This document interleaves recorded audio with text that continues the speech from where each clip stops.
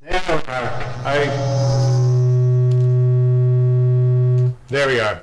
If you've never been here before, you found me, South Bay Tech Gurus, offering free interaction a few days a week. It's the second time I'm live today, and again, I forgot to turn on my mixer. So here's what we're gonna do. We got a customer with a brand new Inspiron 16 Plus, and one of the first things I realized is I tried to boot from my USB stick here so the customer can have a fresh copy of Windows. And the first thing I noticed is that it gives you the opportunity to connect to the Wi-Fi through the BIOS. And obviously that allows you to do things like BIOS updates, which can actually happen through the Windows updates anyway, and it seems like a more straightforward, easy way to do it. Yeah, more and more, some of these more technical updates have been more available through Windows rather than in the old days of, say, putting that BIOS update on a floppy disk or a USB stick, which is still a valid method of operation for a desktop. But generally speaking, yeah, this is a new experience where the BIOS gives you access to the Wi-Fi. So I think now you guys can all hear me now. So I'm going to just boot off the UEFI SanDisk Cruiser Blade with my copy of Windows 11.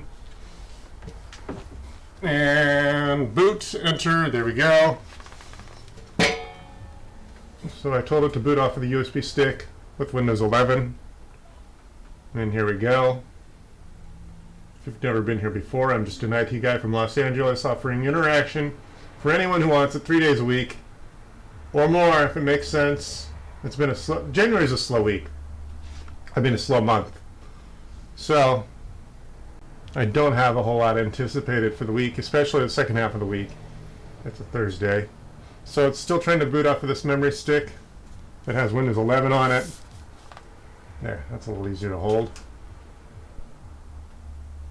I'm afraid to position my camera because... There we go. So this is where I like to install a retail copy of Windows 11.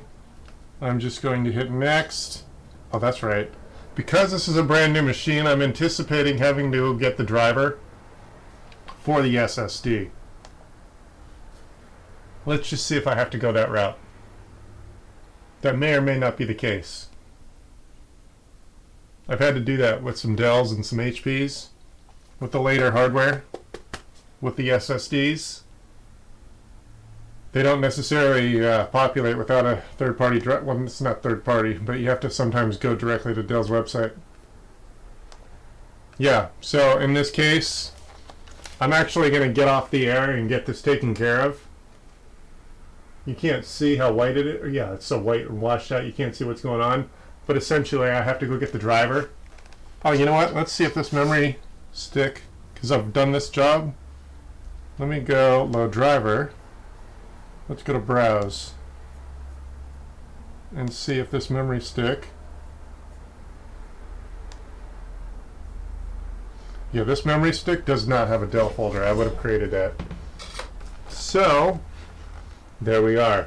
I'm going to get off the air right now because otherwise it's just going to be me fumbling. I gotta go get the that Dell driver. If you've never been here before, show up at around 10 a.m. 3 days a week, Wednesday, Thursday, or Friday.